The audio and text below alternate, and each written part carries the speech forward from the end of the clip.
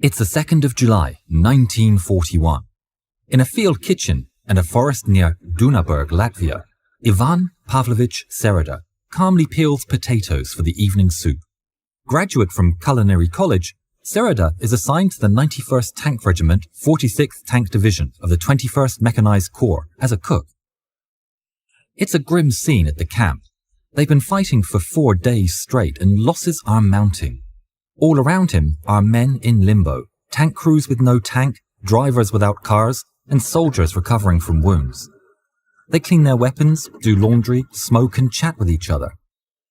The only people that seemed to have a set purpose were the mechanics running around fixing the many damaged tanks littered outside. Then suddenly, a liaison to the battalion commander arrives at the camp, shouting and ordering everyone to get your weapons and move out. A new push by the Germans threatens to encircle Allied forces, and every able-bodied man is desperately needed to plug holes in the front line, this ragged group of reserves included. All except him. As a cook, Sereda is ordered to stay in place preparing meals as everyone else fights. If the front falls, he is to defend the camp to the death. As such, he can do nothing but watch as the men around him drop everything and rush into battle. The camp is left alone and deathly quiet, a far cry from the scene just moments prior. The eerie silence is only broken by the crackles of the fire, the boiling water, and the distant echoes of battle. In the middle of the dead camp, still sits Sereda, preparing meals for the men, fortunate enough to come back. A while later, a distant sound gets his attention. That distinctive rumble of engines and squeaks of tank suspension. More damaged tanks? He leaves his work behind to go and take a look.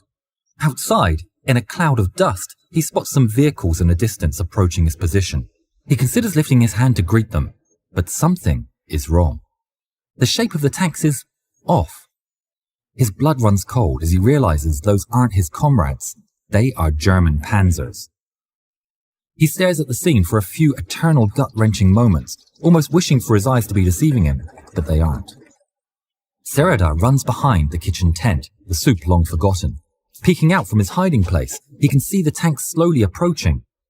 But also, he spots his rifle resting abandoned against a sack of potatoes. He curses silently to himself and desperately searches around the back of the tent for a weapon, any weapon. He quickly finds an axe they use to break firewood and takes it. It probably can't do much against a tank, but it will have to do. With the rumble of the tanks becoming ever louder, he takes another peek and watches as the German armor rolls by the camp.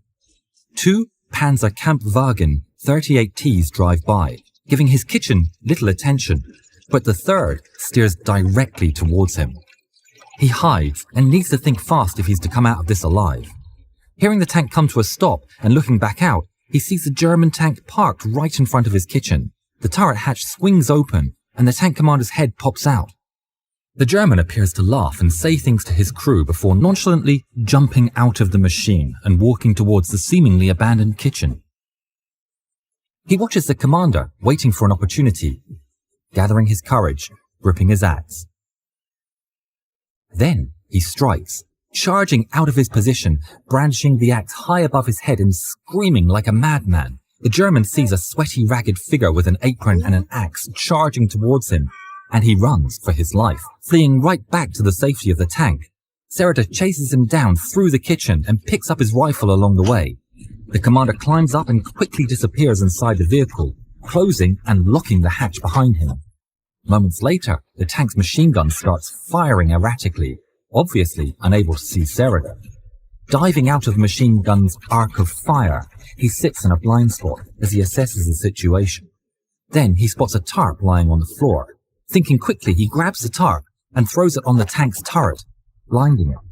The tankers continue firing the machine gun despite being unable to see. Ripping through the entire kitchen, Sereda takes another piece of cloth and throws it onto the co-driver's vision port. Then he runs around behind the tank, takes off his apron and covers the driver's viewing port as well. The tank is now completely blind, yet they keep indiscriminately firing the machine gun. Fueled by adrenaline, Sereda jumps on the German warbeast and smacks the barrel of the machine gun, with the axe repeatedly. The machine gun operator is confounded as the stock moves inside the tank in response to the pummeling from the axe. The German keeps firing though. Whatever this Soviet monster is on the tank, it will be stopped by German lead. Or so he thinks. As the barrel heats up through the continuous fire, Sereda is unrelenting. Chop! Chop goes the axe. Eventually, the heat of the barrel and the devastating blows from Ivan cause the barrel to bend. The machine gun is now useless, and Sereda goes to work on the tank hull. Each swing of the axe reverberates inside the vehicle like a bell. He starts shouting fake orders to imaginary comrades, telling them, "Get the grenades! Surround the tank!" and giving answers in a different voice. The Germans inside are terrorized for their lives. They've rolled into a Soviet ambush, surrounded by dozens of men, clamoring for revenge against the German invaders. In their minds, there was nothing more to do. Obviously vastly outnumbered, they choose to surrender. The hatch opens underneath the tarpaulin. Sereda waits, weapon at the ready. The commander in the turret opens the hatch. It's dark as the tarpaulin still covers the exit. He carefully climbs up, shouting out, "We surrender!" Slowly and deliberately, the commander removes the tarpaulin. When he finally escapes the clinging tarp, he looks and takes in the scene. Where are the Soviet soldiers? Baffled by what he sees, a lone Soviet soldier standing on top of his tank, aiming a Mosin Nagant at his chest.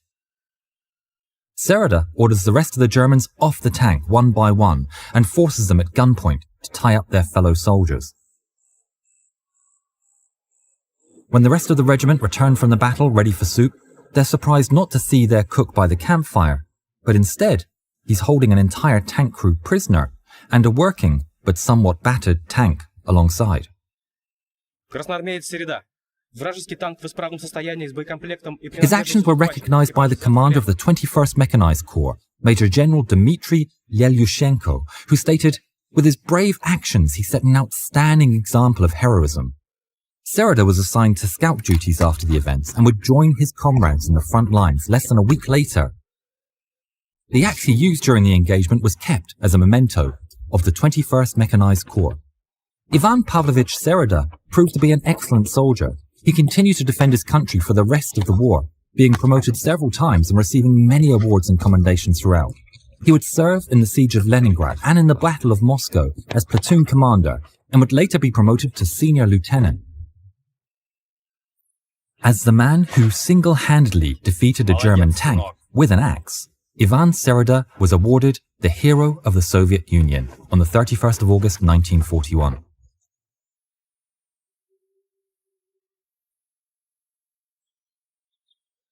Sereda would survive the war, but it would take a heavy toll on his body. He succumbed to his many injuries on November the 18th, 1950, in his home village of Alexandrovka, Ukraine, aged 31. If you haven't yet, please subscribe to the channel and please watch more videos of ours. Thank you.